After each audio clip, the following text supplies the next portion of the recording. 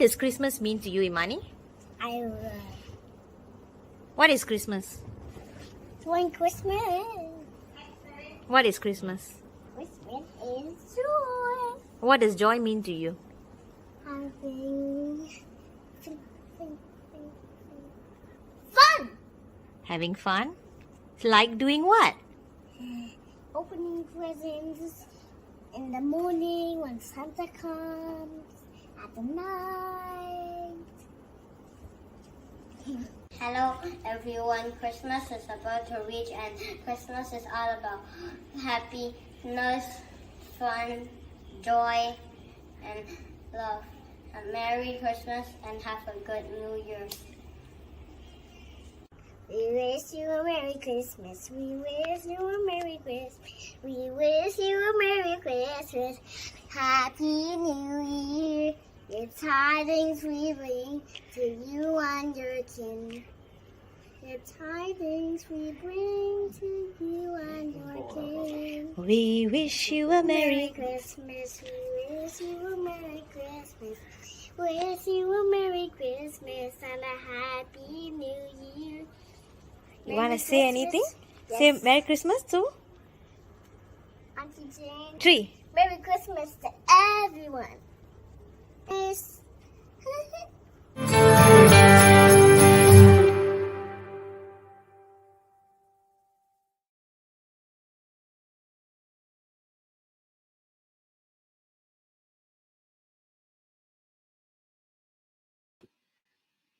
Good afternoon. Welcome to Hearts&Minds Development Center.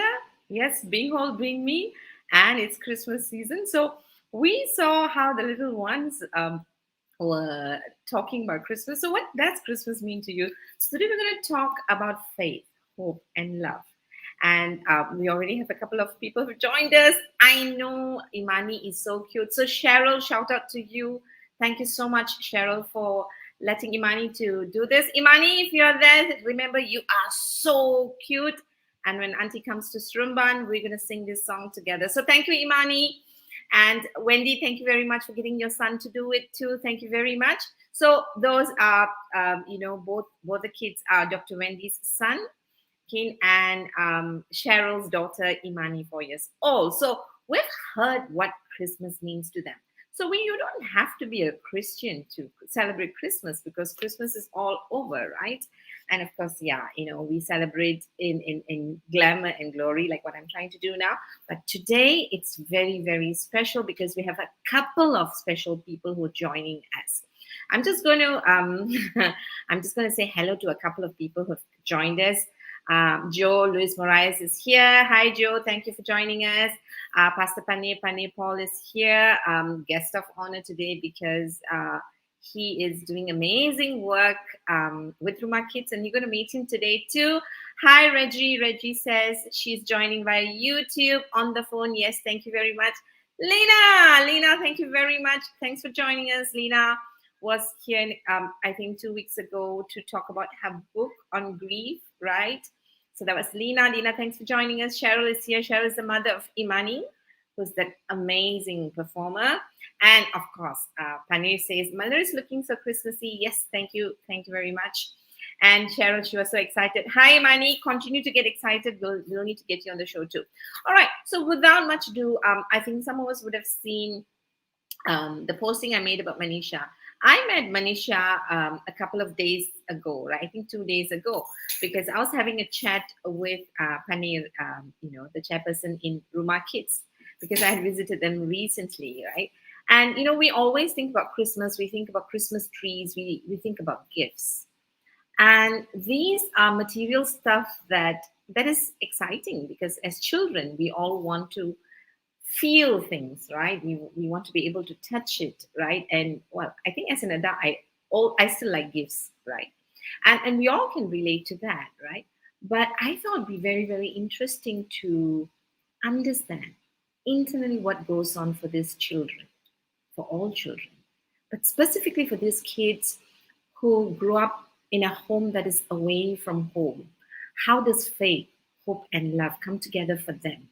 How does it drive them? What sort of imprints does it leave for them?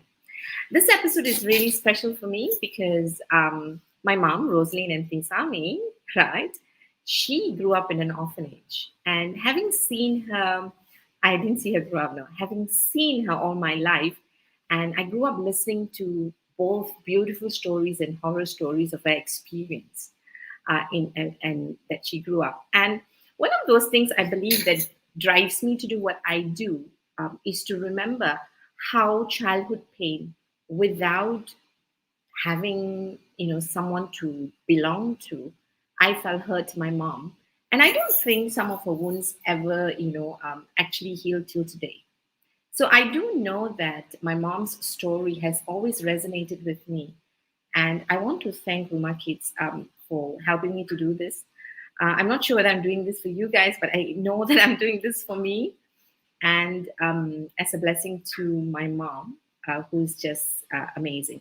With that, I want to bring in Manisha. Manisha is an amazing 18-year-old, beautiful young lady whom I met on screen 2 days ago, and she inspired me. I'm not going to tell her story because I think it's nothing like hearing it from her. And as I say that, I'm going to just say hello to James. Hi, James. Yes, even Malar Sari, also Christmas theme. Yes, yes, yes. Malar is all about being thematic. Thank you. And so thank you very much. Let's bring Manisha. Manisha, where are you? Hi, Wendy. Hi, Manisha. Hi, Auntie. Hi, how are you? I'm fine. How are you? I'm very good. I have you, my guest of honor today, darling. How are you? How are you feeling I'm right great. now? Yeah, there are I'm feeling nervous a little bit, but then so you put your hands up with me, right? So yeah, so with me. So imagine I'm touching you because I'm also nervous, just to let you know. Yeah, I'm very nervous because it's very special because for some reason, after I put this up, I started thinking about my mom quite a bit, and I know the pains that she carries until today with her. And I wish if I had a magic wand, if I had something, I would erase all her pains of childhood and give her back her childhood, because that has shaped all of her and who she is today. But then again, if it's not for my mom, I wouldn't have had the chance to become who I am today, because she's my greatest inspiration to who I am today in all good ways. All right, Manisha. So I'm very, very privileged to have you here. I want you to know I'm very proud to have met you, right?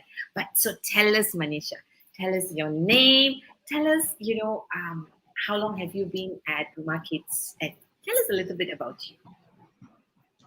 my name is Manisha. I am 19 this year. I've been in Rumah Kids for 19 years actually. So Nice. like from 1 year old, I'm in Rumah Kids. Okay, I am. there's the okay, good. Yeah, Merry Christmas to the people who are flying. Now, so tell me, so you came into Rumah Kids when you were one. Okay, and so is it possible for you to just tell us or tell the audience, because I know bits of your story, right? What got you into Rumah Kids? Why were you in Rumah Kids at one? I came to Rumah Kids because my both parents passed away. Sorry, can't hear you. Let's try this again, Manisha. Okay, go. It's the noise outside. Okay, so I let the noise pass first. Is it a train? It's a train. Just now was the aeroplane. Now is the train. Okay, we got to sing. It's just train now. Okay, this is where Imani will be. If Imani was here, she would have sang a train song, right? So while waiting for the train to subside, I'm going to say hello to Gerald. Hi, Gerald. Thanks for joining us. Gerald says, "Yeah, wonderful topic for faith, hope, and love. Something definitely close to my heart." Yes, Gerald. And Victor Vasu, that's my other colleague. He made it. Hi, Vasu. Blessed Christmas to you. Good news, great joy. Yes, you are a blessing to me, Vasu. The home is next to a railway track. Okay, can you talk now, Manisha? Yes, I can talk now. Yes, we got Manisha back. So tell us. So you said you joined Rumah Kids at one. So what happened? What brought about the thing that that you joined Rumah Kids at 1 years old? Because my both parents passed away, so my grandmother could not afford to take care of me. She put me in this home. Okay. All right. So you've been in the home since you were one, and your grandmother brought you then, right? So you've had like what 18 years of Christmas in the home. I'm not too sure whether you remember all, but can you like tell us what does it feel for you? I mean, you're a young lady now, right? And what are you doing now? You're studying, right? Yeah, I'm studying diploma in early childhood education.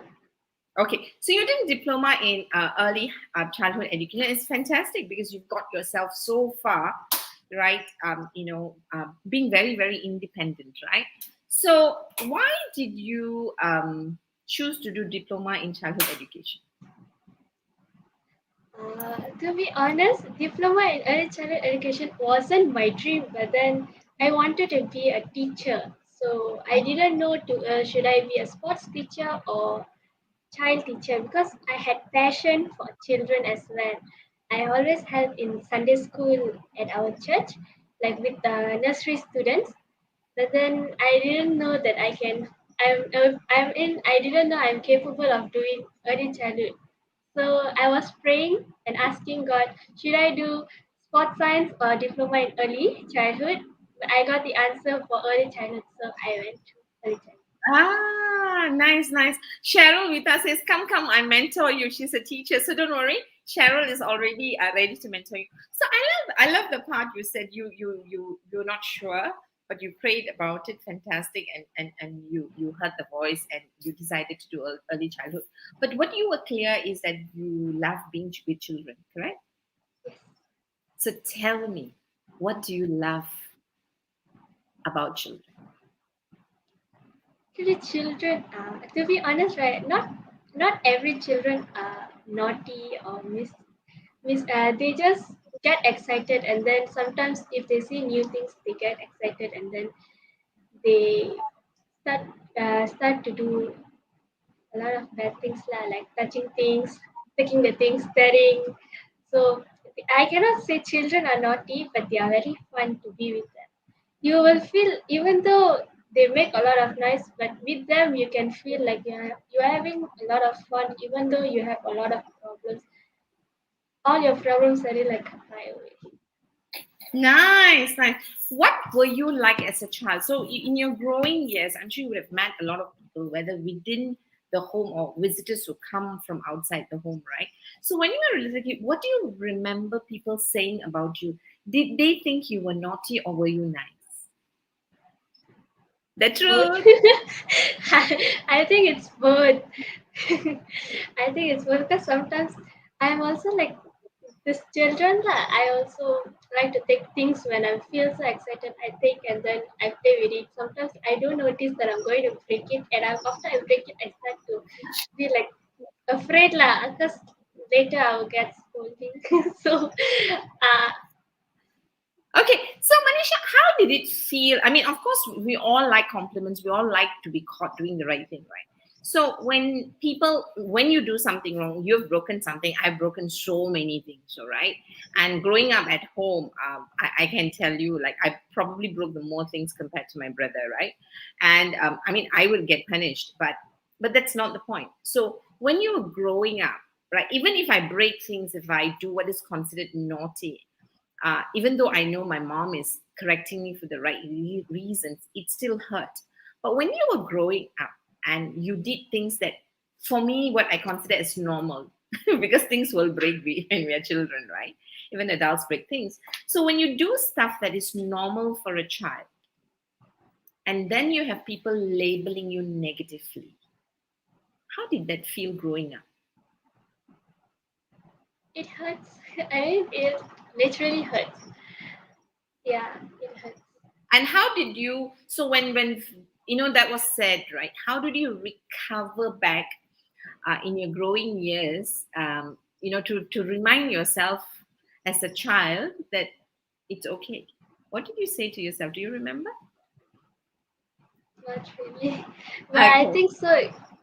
When people scold me, I still be happy one because I'll go back to them and talk to them. Nice. I will never like, I will never be like, I never be like, oh, you scolding me simply. So I never do that. I just go back and talk to them. Nice. So in Ruma Kids, right? Can you have your most memorable Christmas? What was it? Actually, I think this is my most memorable Christmas because I put up the Christmas tree, and then whenever I see the Christmas tree is full of presents. The Christmas tree I put up by myself. I was so excited, so I put up early on the first December itself. So I was like putting, and then I told everybody, even though without light, my Christmas tree always is bright with a lot of presents. So yeah, whenever I see the presents on the tree, it's make me joyful. When I see the children are so excited about the presents they get, I feel joyful. It's very nice Yeah. thing. So this was interesting for me because this is like your first Christmas as sort of an adult being on your own independently, right? And what was interesting, I thought, when you're saying is that, I would expected you to say, when you received your first gift or something that you wanted, that would have been your most memorable Christmas. But you're saying that putting up the tree for other children to have the joy gave you joy. Now, why is seeing children happy, children, understanding children, loving children, you've chosen childhood education, right? Right. Why is it so important for you to see kids happy? Because to be honest, right, when I was child, yes, I did receive whatever present I need. Sometimes I get upset because I don't get the present I need. Because because sometimes maybe the sponsor could not afford to buy for us. So I just leave it. But then when I see like videos like other children in outside world, they don't have such presents that I got and the presents that children have. So it made me sad. So only thing I can do is like I want to do for the children, not for myself, but for the children, and it makes me happy most of the Love you, Manisha. Now, looking at your 19 years, because I think if I haven't told you, from the first time I met you, you've inspired me. Because I think there are always two types of people I meet, Manisha. Right? Everyone has got different type of pain we carry, different type of pain. But some people choose what I call the hero's journey. We take our pain and then we promise ourselves and the world that we will use our pain to bring pleasure to the world. That's called the hero's journey. And I feel very, very proud to have met you because you've taken the hero's journey throughout your conversation. There's some people who go through a hard life will then say, because I had a hard life, because life was not fair to me, I will just be the same to the rest of the world. Right?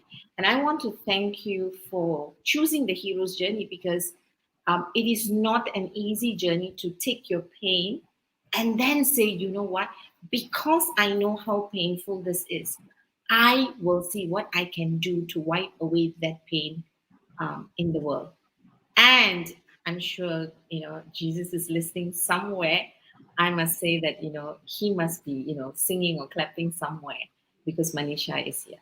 Now, what is that one wish you wish? So if you look at your life, look at how life has been, and I know you're very, very positive and optimistic and loving. All right. If I want to say faith, hope, and love, Manisha, I see it in you. So if there was one wish, if that you go back in time and say, if there's just a magic one and I could have this wish, what would that be for you, Manisha? my grandmother to be alive again. So like when I was Form 2, I lost my grandmother. She was the only one that I look up to if I have any problem.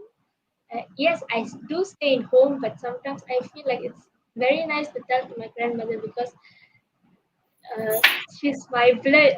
It's like she will understand me more better than other people. It will be like that.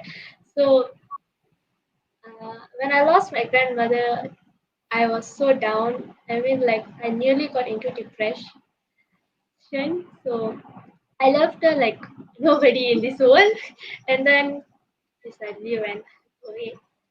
So yeah, if So can, you, I want her to be alive until today and see what I'm doing because she would be happy for me. what's your grandmother's name?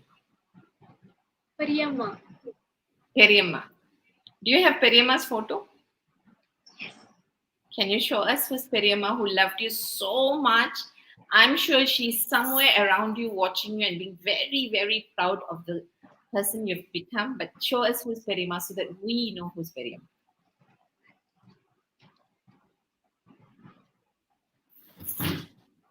Nice, nice. That's you, The small Manisha. cousin. Yeah, yeah, that's me. Nice. Nice. You are very cute, man, and now you're gorgeous. Thank you for introducing Karima. So tell me, what did how did your grandmother keep the love going while you were growing in the home? Because she must obviously made a significant difference in your life for you to feel so much. I've never had a grandmother, so I really don't understand this grandmother love. I've had extended grandmothers whom I love, but I didn't have my own, right? And I'm very jealous of people who have grandmothers. So tell us what is it that Perima did for you, your grandmother did for you that you wish you could bring it back? She's actually a strict woman. Actually, to be honest, she is very strict. But then she loved me, and she knows that I need love. So whenever I ask anything, or whenever like not only me, the home children itself ask her, like she will do it. Like every Deepavali when she was still alive, she used to do idiyappam for everybody, idiyappam and chicken curry for the children. So and they love it one. So yeah, so she will do out of love. That is what I love the most. When I ask anything, even though I asked for her lenga, she bought for me a lenga from India. So that really like touched me when she does things. And so your grandmother was your source of strength, is what you're trying to say, Yes, because you felt that she was there for you all the time. Yes. All right. And why do you, if she was around and if she saw you doing diploma in childhood education, what do you think she will say to you now? she would say, "I'm very proud of you." Not only that, she would say, "You have fulfilled your promise that you've made to me." And what would you say to her? I said, "I have fulfilled, and I am really proud of myself that I am your grandmother." Oh, Manisha, thank you so much. Really want to thank Farima, who's in heaven, I'm sure. Thank you for sharing your story with us. And, people who are watching, the audiences who are watching, and I'm sure there are a lot of good people out there who sometimes like to go to places like, the home, right? To contribute, to support, to find joy. What would you like to tell them? Um, to tell them, I mean, like children, they need like they need sponsors for this children's studies and everything. I think so they can help out in their studies or like presents, something like that. Thank you. Thank you very much, Manisha. Merry Christmas. Happy New Year. God bless you. And when I see you, I will give you a tight hug, okay? Okay, And I will see you soon. okay. Merry Christmas. Bye. Bye bye. That was Manisha. I hope you were as inspired as I have always been when I speak to Manisha. Such amazing wisdom for a 19-year-old. And Jay Sinaya, yes, my lovely friend, is saying Perima will be so proud to be the fine lady you turn out to be, Manisha. Surely. And Jay, I'm sure you will come with me when I go and see Manisha. Manisha, so there are a lot of people who are proud of you, who are jumping on the bandwagon that your grandmother created for you, and Ruma Kids that has created for you. So as we listen to Manisha, we begin to hopefully understand what what are some of the thoughts and what does it mean actually. And the one thing that I took away from Manisha was this: when she speaks about her grandmother, We all need one soul in the world who believes in us, totally believes in us. It doesn't matter if the whole world doesn't think anything of us, but when we have that one person, and usually they are our parents, usually, not always, but usually. But when we have that one soul that believes in us, we can move mountains just like Manisha. And for Manisha, it was her grandmother. But the grandmother was not there all the time because she couldn't be there all the time. But when she came, she left footprints in Manisha's heart and the hearts of many, many other children. But there's one person who does this every day of his life for these kids. I've not met him personally. I did a storytelling program for my kids, and I met this guy. And his name means love in Tamil. I am very, very blessed to bring Anbu here because Anbu is, as his name sounds, Anbu. He's so protective, so selfishly loving to the kids in his home. And he has done this almost all his life with a smile on his face, heart all over him. And right now, I'm going to bring you Anbu because Anbu is going to share with us his experience being the father, the brother, the friend, and all that he can be through his love. Let's bring Anbu on board. Anbu, are you ready to come here? Hi, Anbu. Yeah. How are Hi. you? Can you hear me? I can hear you. Fine, I fine. I'm can. good. Okay. I'm good. So I'm you good. heard all the Thank you. nice things I said about you, Anbu. Yeah. Correct. Exaggeration. Exaggeration, huh? Okay, we will let the audience tell us whether it's an exaggeration. So, people, if you're listening to Anbu, you tell me whether I exaggerated on how I introduce Anbu, right? So, Anbu, tell us, how long have you been with Rumah Kids and what's your role? Yeah. My name is Anbu, and I'm with Rumah Kids last 24 years, and I'm so happy to serve the children and the Lord.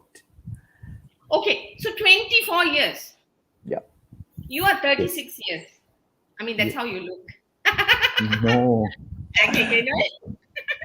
But 24 years is a lifetime for most of us who are in search of a career, and right? Yeah. Yeah. Yeah. Yeah. So Yeah. tell us what made you join Rumah Kids in that, like, when you first joined Rumah Kids, what made you say, I want to be a caretaker, or I want to do this role? And of course, joining a role is one thing, but staying there for 24 years, and right? So tell us, so tell us first how you got in, all right? Where you heard the voice and what happened for you, and then we'll talk about what made you stay here for 24 years. So, yeah. Yeah. Okay, Yeah. tell me. Okay. First, I never teach Sunday school. I never been a children ministry or anything because I got to know the Lord at the age of 30. So I had nothing to do with church. So, and 5 years before I joined Rumakit, there was somebody prophesied over me and said that I'll be working with children. So I was thinking this man must be crazy to say that I'm working with children because I don't know anything about children. I had no experience about children. So after 5 years, when I started to work in Rumah Kids, serve in Rumah Kids, I realized that prophecy is true, God is true. So what makes me 24 years? Actually, no. I every year I want to give up. Every year I want to give up. So what I'll do every year, my wife and me, we will pray and really look back what we did and what we're supposed to do. Shall we leave it? Shall we stop it? Shall we give up? Every year, yes, that's the truth. I'm not lying. Every year, even until now, every year I will check whether I need to go on or to leave. But it's now already 24 years. Every I year, the message is the same, Anbu, you have to say back. Yes, Okay. So, yes. Anbu, tell me, can you just introduce your wife to us as well? What's her name? My wife her name is Rosie. She's from in Sunday school. She's all the way Sunday school nowadays. Actually, they offer this job, this ministry to her, but she said no. She don't want. But my heart, in still heart of mine, I know it's mine. So I told the person after a few days. I called him and said my wife reluctant to take the role. Can I take? He said, yeah, we're supposed to call you because, but you are the breadwinner of the family. That's why we don't want to call you because you need to support the family. But I say, still, voice of mine says me. Like to tell you the truth, at the time when I started, the pay was very very low.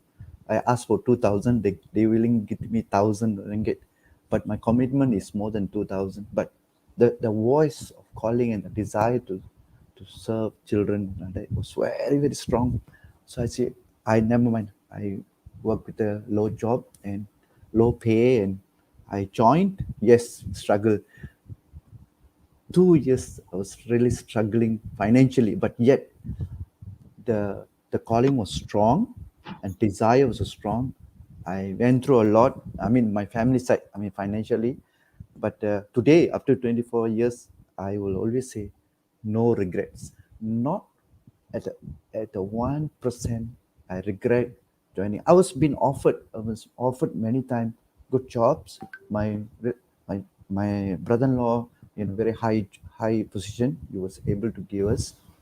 He was offering me a job, I think 10 times higher salary. My brother also well to do. He also want me to join him. But the desire was there, the temptation was there. But the calling and the love for the children and the ministry is higher than I say, no, this is my calling. This is my calling. This is the reason the Lord created me. This is my duty or my calling and my serving. So I will never forsake the calling of the Lord. So that kept me going. And like I say again, no regret, no regret at all. Amen. Anbu, so I'll Yeah. tell you what I remember about you. Okay, so I did a storytelling program for the kids, right? And so we did a storytelling competition sponsored by Roshni Ganesan. Rosh, if you're listening, this is for you. And so Anbu is very cute because he's looking after that girls' home, right? And he comes quietly and he says, can you help my girls win? Right? And he was terribly selfish because he was not talking about all the children. He said, can you help my girls win? Number one. And he was harassing us, Pastor Panir. He was harassing us because he wanted more help for the girls because he wanted them to win, right? And that's where I was very moved, and I saw how the kids were with you, so happy and all over you, right? And I saw how happily you were being bullied by the little ones, right? But I thought what was really exciting is how you really wanted them to win because you wanted them to feel good about themselves, number one. Number two, you were already thinking about what gifts they had desired and you wanted them to have those gifts. I thought so. That's the one that really struck me about you because you were there as the voice of the children fulfilling their desires while avoiding temptation on your side. So I would have never thought that you're rethinking this every year, right? So Anu, thank you so much.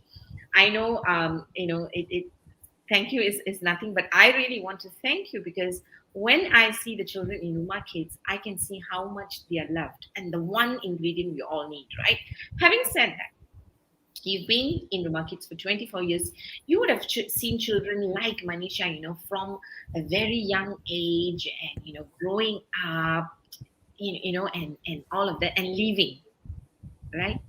If there was a wish, because I think you understand the kids and you know their needs from deep within, right? If you had a magic wand, if you could make things right with one more, what is that one wish you would give the children you love all your I got how long I have? I have a small story to tell.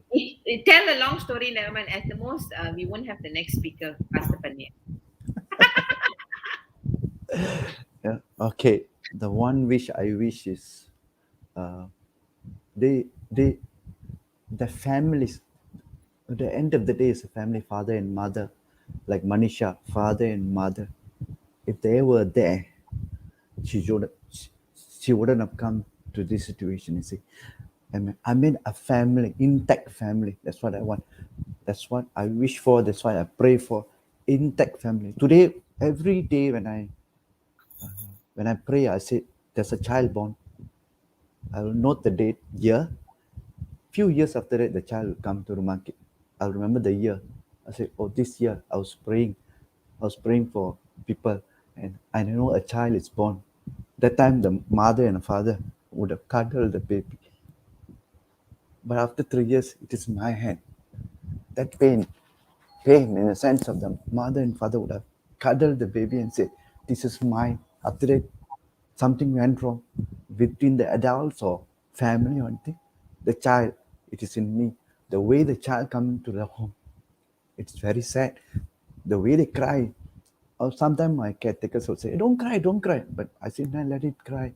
Because I understand the pain of the parents and coming, even though a child, the way they cry. I tell you one story. When I realized this, when I realized that family, I wish that family intact, the child should not be given to anybody else or any homes. When 10 years, 5 years after I work in Rumah Kids, a child walked in my office, a girl, very intelligent girl. She is the darkest as I am, but very intelligent. And she will come and sit down, and she is the only one so bold enough to talk to me. The rest of them not bold enough. She is very bold, tell me right to my face. She will come and I say, "What you doing here? I know it's going to problem. What you doing here? I want to talk to you." I say, "What? What do you want?" I'm very stern with her. "What do you want to talk?" You know what she say? I hate you. I'm angry with you. I say, "Why? Why you take me away from my parents?" I said, "What I take?" I said, "No, it is your parents who fail. Marriage break, the home, they cannot provide for you shelter, everything. That's why you're here. That's the reason I'm saying why you take me. And I say, if I don't take it, somebody else would have taken. I have to take it. It's not my fault for you to come here. It is your fault for opening a home to prepare a place for parents like me throw the children to you. If you didn't open a home, I say, she said, if you didn't open a home, they wouldn't have given me to you. I say, yes, if I don't open a home, somebody else will open. That's what she's telling me. That's what I'm telling you. All of y'all who opened the institute is the culprit who did that. That's why I say, look here. If we don't take you end up in the road with your parents or mother, single mother or anything, you don't have food, you don't have shelter, you don't have education, all that. Did I ask you that? She asked me. Did I ask you for education? Did I ask you for a house? Did I ask? All I asked you should have lived with me with my parents. I would have get a love from them. Huh? I say maybe wouldn't get a break. They say, I don't mind. I don't mind taking a kanji, a porridge, but I would have been with my parents. That really touched her, and I asked forgiveness from her. I said, I'm really forgive. She said, then at the end today, she's not having a nice life. I know still she don't talk to me anymore. She's not having so that's why at the end of the day, that is the point that I realized home is not the answer. So I always ask family, mother, single mother, or, or bringing the child to me. Can you take this child? Uh, I I will discourage them.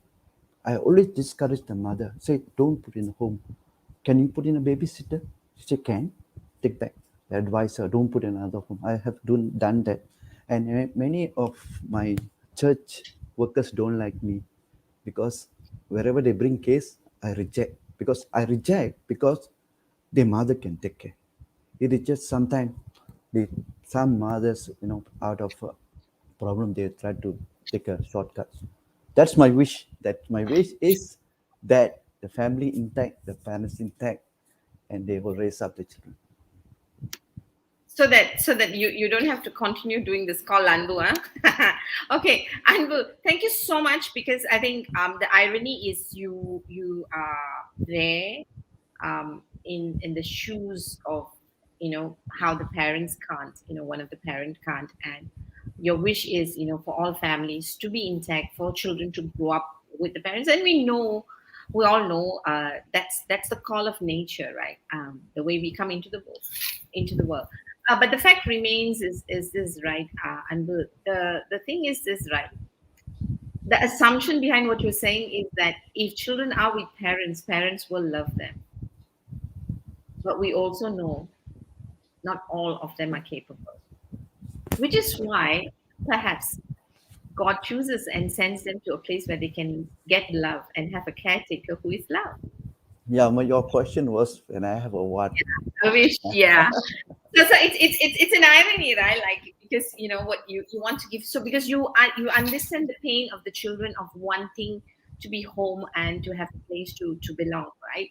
And meanwhile, while that happens, or if that doesn't happen, you are there, and we want to thank you for doing that. So to all the audiences who are listening to Anbu, and thank you so much for sharing your love and your life and your future with us and the kids, right? So what would you like to leave them with before you leave? And what would you like to tell all the listeners and people who are watching? Oh, I see. Okay. Okay. At a situation like this, foster a child from a home, Mm, foster a child, take it away, he or he away from the home and put in your family. It's not easy. I'm not saying it's easy. It's going to be difficult, but they need a lot of sacrifice. mm, I'm not trying to brag myself. I took a girl, uh, 3 years old girl. Today she's 26. She's with us as a foster. No paperwork, nothing. There's no my name in her birth certificate or anything. I know the mother. I raised her up from 3 years, now 25. I realized it was not easy at all, even between my wife and me for that girl. It was not easy, but we hold on to raise the girl. Today, she's good. I have a daughter, that really loving daughter that served the Lord, served the community, and also she's a mentor for many, and she's full of testimony. That's what I will say. So, even I know Brother Victor Vasudevan, I know him very well. He's the one first time helped me to set up all the computer lab, yeah, you know. Victor goes around doing that. So I remember the name. He helped me a lot. So Yes. he knows also. He was also a commander in Royal Ranger. So he Yeah. knows our children a lot. He was, Nice. I think, almost same journey with me also. So I was Yeah. saying, foster a child. Try to foster. It's not going to be easy. Try to empty the room, all the homes. Try to empty Nice, them. nice, amazing game, Anbu. Nice one. So what Anbu is saying is this, right? His wish is to empty homes and to empty homes. While we can't, we can't take into control what might be beyond our control. That is, parents who are not able to give a home to their children. But what Anbu is saying, can we now think about sponsoring one child so that the child grows up in a home, a family home, so that they grow up with the attention and love that they need, instead of being in elsewhere. So if you're considering fostering, you want that opportunity, please connect with Anbu at Rumah Kids. We'll put his contact information, and you'll get more information as we go along, as we bring about the next speaker. Now, before we say bye to Anbu, thank you so much. I just want to read a couple of greetings for you. Cheryl says, your call to serve Anbu, not easy, especially financially. It's not strong, but kudos to you.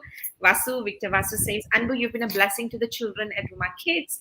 Have been steadfast in your calling. God bless. Vasu, you're a blessing in my life. God bless you. Small world. Vasu and I work together. So yeah, Gerald says, wonderful, Anbu. Malar definitely described you so well. That one credit goes to me. Panir says, Anbu epitomizes love, just like his name. Anbu means love. When I can sing a Tamil song, you know what song I'll sing for you, right? The one that I put on for you, there is a song called Anbu Vandade and Ala Vandade. I think that song was written for you, Anbu. Lina Ali says, oh, I love that idea, Malar and Anbu, to foster kids. Yes, yes, yes. Oh, sorry. Lina says, you're doing the best for them. Thank you for that, Anbu. Radhika says, oh, I love that idea. Yeah, I think Radhika is referring to the idea of fostering. I think it's a fantastic idea. So this Christmas season, this new year that's coming through, if you listen to your heart like Anbu, if your heart says, maybe it's time to try fostering, you can talk to Anbu and the team members and try it and give a home. So with that, Anbu, Merry Christmas. God bless you. I wish you all the best. Hopefully, let's see whether this year when you pray, God releases you from your vocation and all, but I doubt lah. Thank you, Amber. Okay, Take bye. care. Merry Christmas. All right. So we've heard many. Kirtana is very excited to bring in the next guest, but I'm not ready. So before I bring in Pastor Paneer, I hope you've enjoyed meeting Manisha and Anbu, the caretaker from Rumah Kids. I'm going to very quickly tell you, my own story of Christmas and what Christmas means to me. So for me, my mom was brought up in an orphanage, so it was always amazing listening to her story. And I had an auntie who had come to live with us, my auntie Lily, right, my mom's younger sister, and I just loved the way they were. Now, in that process, I used to have one of my mom's employer. Her name is Auntie Carol, right? Auntie Carol, and Carol is not her name; that's her daughter's name. I don't even know her name, right? So Auntie Carol was amazing because every year for Christmas, she would buy me new clothes. Now, I grew up mostly with some new clothes, but a lot of hand me down clothes. Even though the hand me down clothes were fantastic, it's nothing like new clothes because it's specially for you. And one Christmas, so this is a Christmas I remember. She probably gave me more than one Christmas, but this is the Christmas I remember. I don't know why. She gave me this gift because she would take me to Sunday school almost every Sunday through a van. And what was interesting for me is that when I opened the gift, there was this beautiful pink pleated skirt. Now, why was this skirt so special for me? Because Auntie Carol is the only auntie who'd give me a Christmas gift which she buys for her daughter who was my age. Little did I know that that gift would make a huge difference in my self-esteem. Because, whenever you get hand-me-down clothes, while they are fun, somehow or other, it's doesn't impact you, right? But to know that she bought a skirt and she thought I was as good as her own daughter, somehow or rather unconsciously raised me up. And I remember the pink skirt. I remember the story only recently because I realized when I do work with esteem, how important it is for us to treat people like equal. And I don't know where Auntie Carol is, but I thought I should share the story that, whenever we are reaching out to help, I think, one of those things, intentions to remember that worked for me is to treat another like an equal.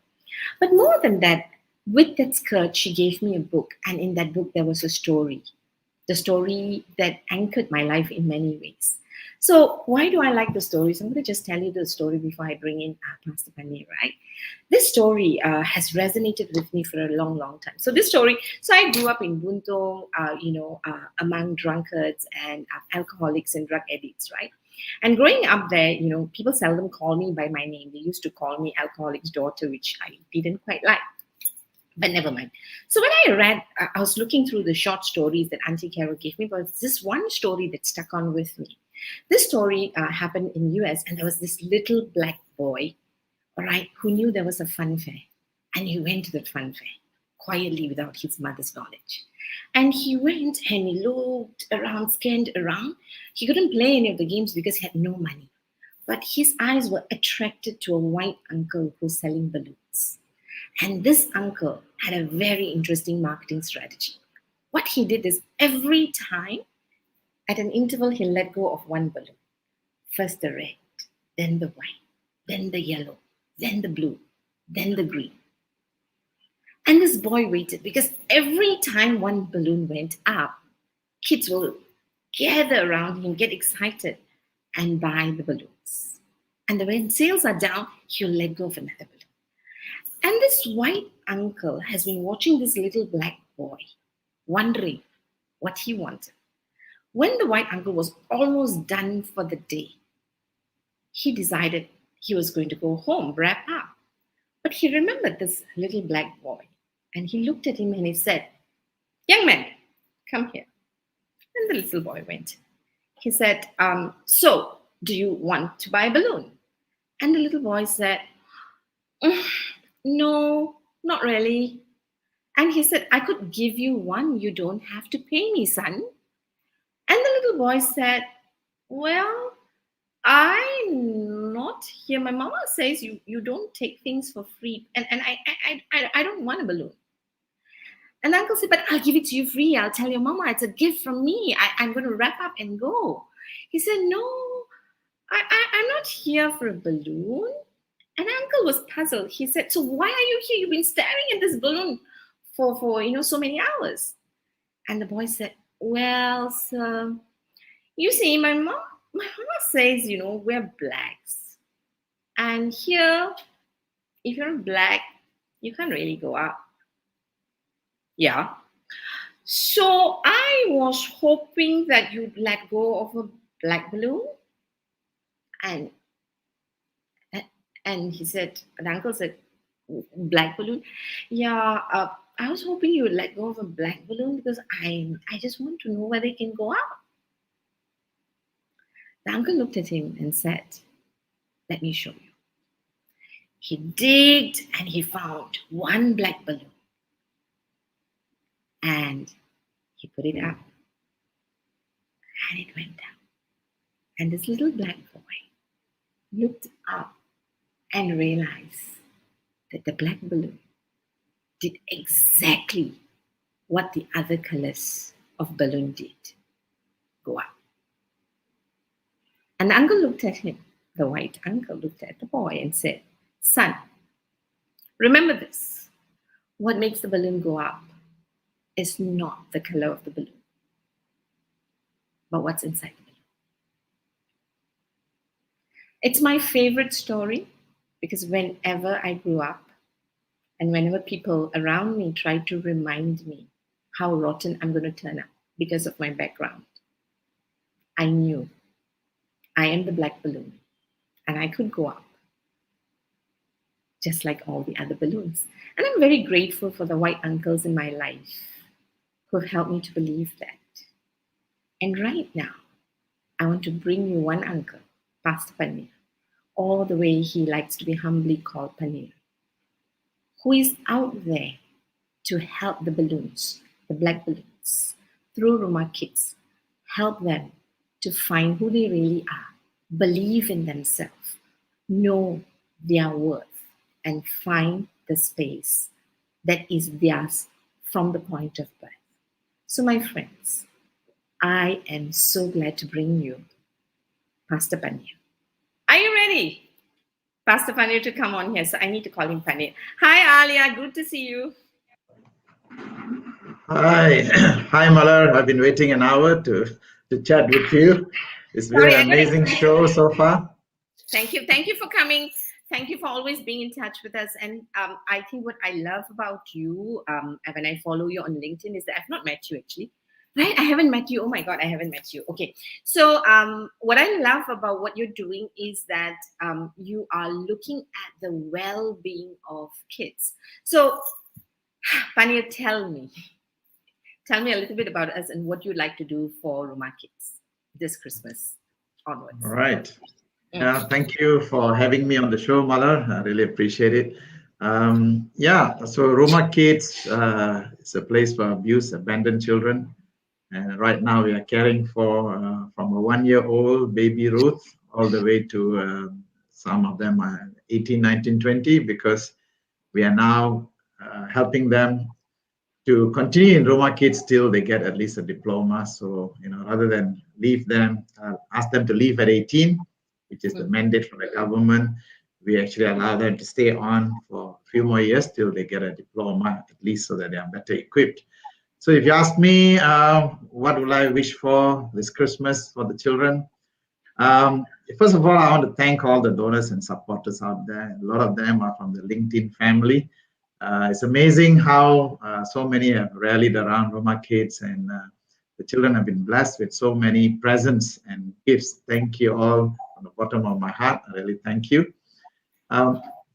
What really is my wish for Christmas for them is we are appealing to more volunteers to come and work alongside with us. What kind of volunteers? Particularly, I'll be very specific because every child that comes to Rumah Kids, it comes from, abuse, neglect, that sort of a background. So they are broken in many ways. So trauma is part of their journey. So I'm actually looking to give them trauma healing. If we have experts in psychotherapy or any other therapy that would help them, play therapy that's going to help them heal from this trauma of being abandoned, separated from their loved ones. That is something that I would wish for them moving forward. Nice. Well, there's an echo. Okay. Now, so thank you very much. So we know that kids who end up coming there, obviously they come for reasons that, that's beyond their control, and the challenges that they experience. So Panyu, if you can just tell us a little bit about, and naturally there's trauma, right? Because nobody likes to be separated from the parents. Nobody wants to be away from home as much as we can provide the best material stuff for them, right? So would you be able to just enlighten us what do you mean by trauma, so that we can also use this space to get more volunteers who can help the kids experience healing, right? So if you could give us your own thoughts and your own definition of what trauma is, right, from the kids' perspective, and how trauma impacts the healing and well-being, and how that.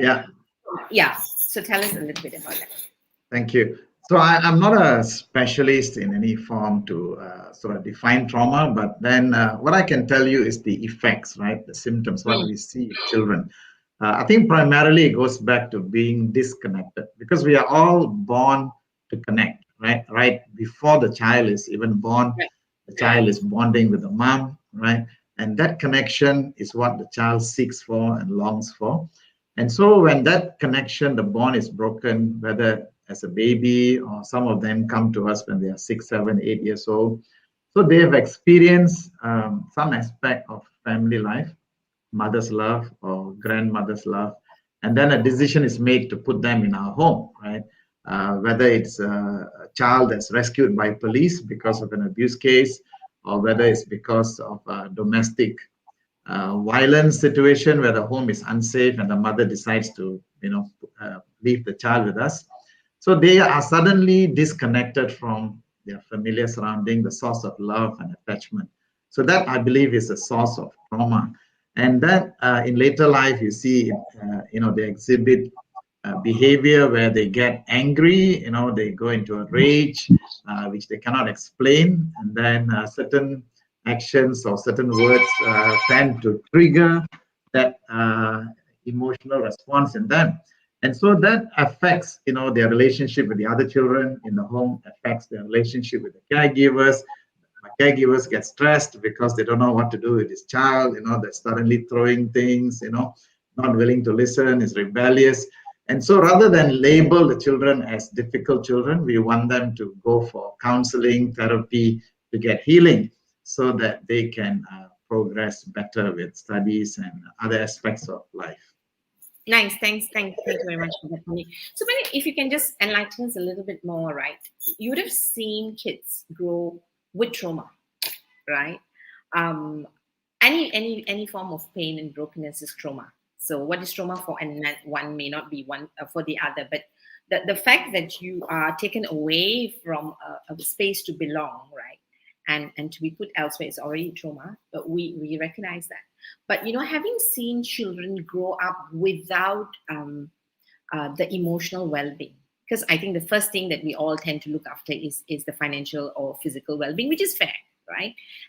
And that's why I like what you're doing, because you're looking at the emotional well-being of the children, for the children to psychologically heal, right? So when you, in your experience, when you watch children who are not given the care for their emotional and psychological healing, how does that impact their integration into the community?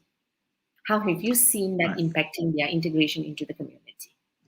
Okay, I'm glad you asked that because, not just Rumah kids, but any home, right? The experience is that children who grow up in a center, or what we call as institutionalized care, the statistics shows that, the risk of suicide or self-harm is 500 times more than a person who did not grow up in a home, right? So this is, it's just a fact that in a home, right, different authority figures come and go, right? Different caregivers, different volunteers, different tuition teachers come and go in the home. And so that creates this issue where the child has many people in their lives, but so that creates confusion about what is right, what is wrong. And then you start to connect with someone, and then that person leaves your life and another person comes. So that is part of the issue growing up in a home, and therefore they struggle. From our home, we've had cases, even though we do the best for them in terms of care, in terms of providing every possible need, food, shelter, medical, studies, etc. We do find of the more than 300 children that have gone through Roma Kids, some of them do end up, in a bad situation, like offenders with the law. Some of them struggle, getting into a stable marriage. They they struggle with forming stable relationships. So those are the symptoms that we see of children that were not receiving the healing. So that's why we want to change that. We want to create a new generation of Roma Kids alumni that are, better healed, so that they can adjust better as they transition into adulthood. Nice. Thank you so much.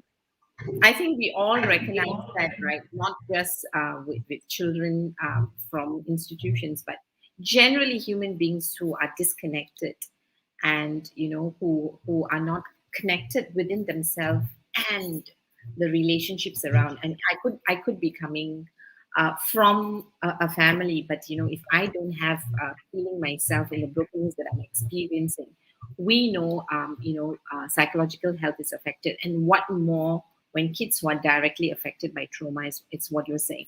So am I understanding you correctly? So what we're looking for, the additional volunteers and help Panir is looking for in Rumah Kids are people, certified people with therapy that can help with trauma healing for the kids. And you will know their trauma could be physical, their abuse can be mental, physical, emotional, right? More broken than perhaps most other people are.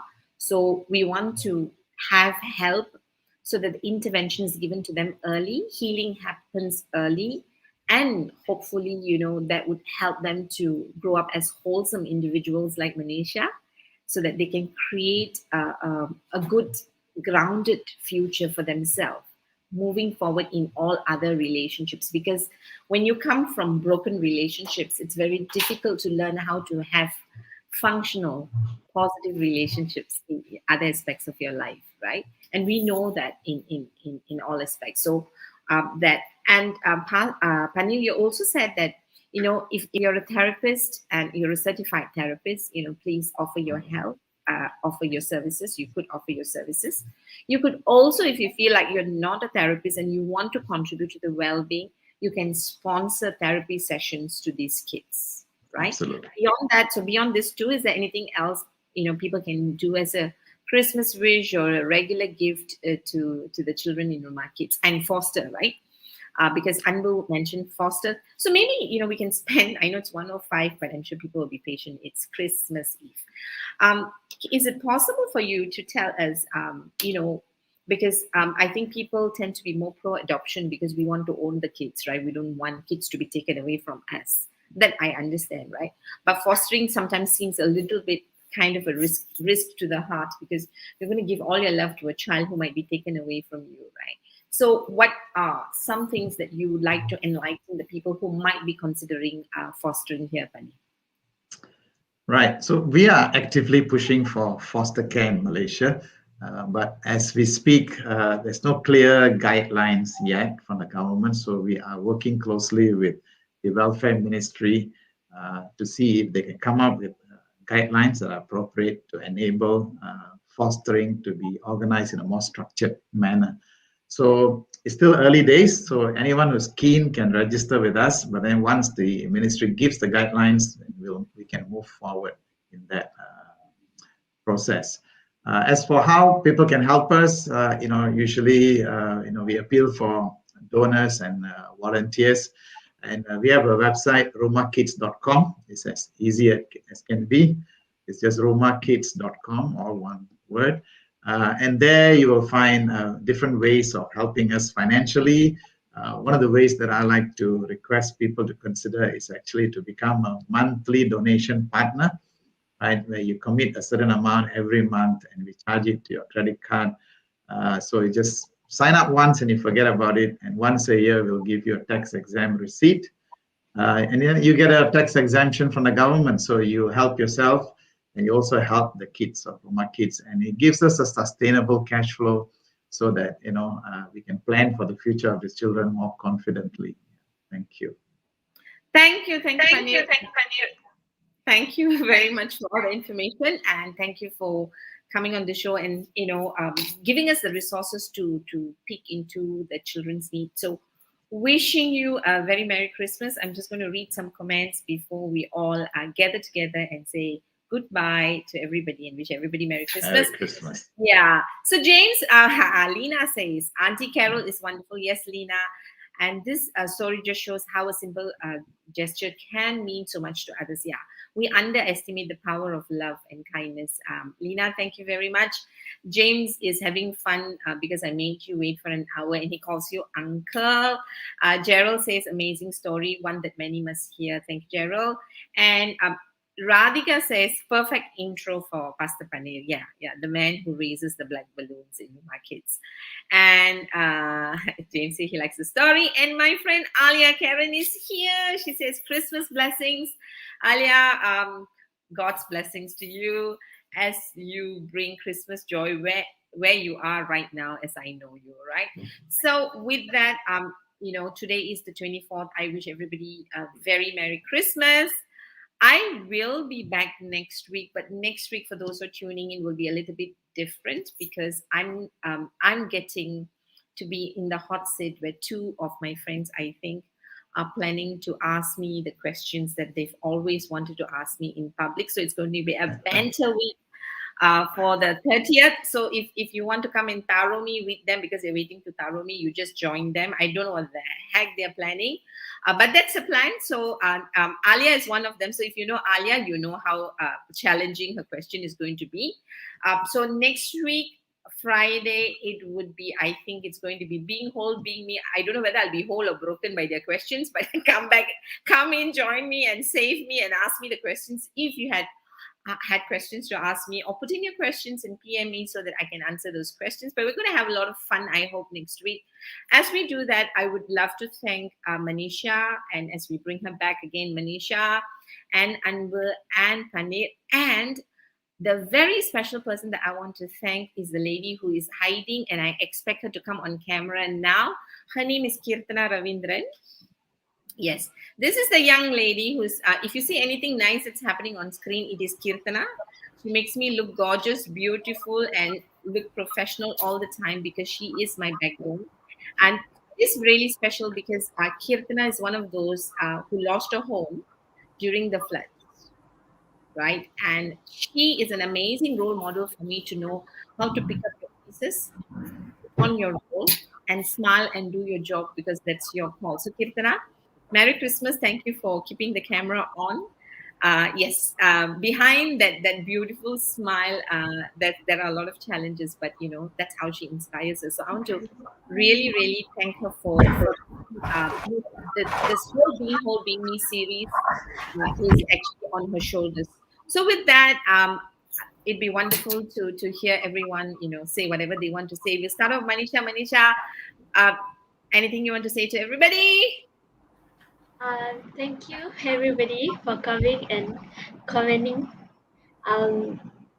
Merry Christmas to all. Merry Christmas, Manisha Anbu. Yeah, Merry Christmas to all also. And okay, God bless you, Anbu. Thank you very much. And Panir. Yeah, Merry Christmas to all of you. Thank you for your support. Thank you for your love. Stay safe. Nice. And I'm going to ask you Merry Christmas. Okay, so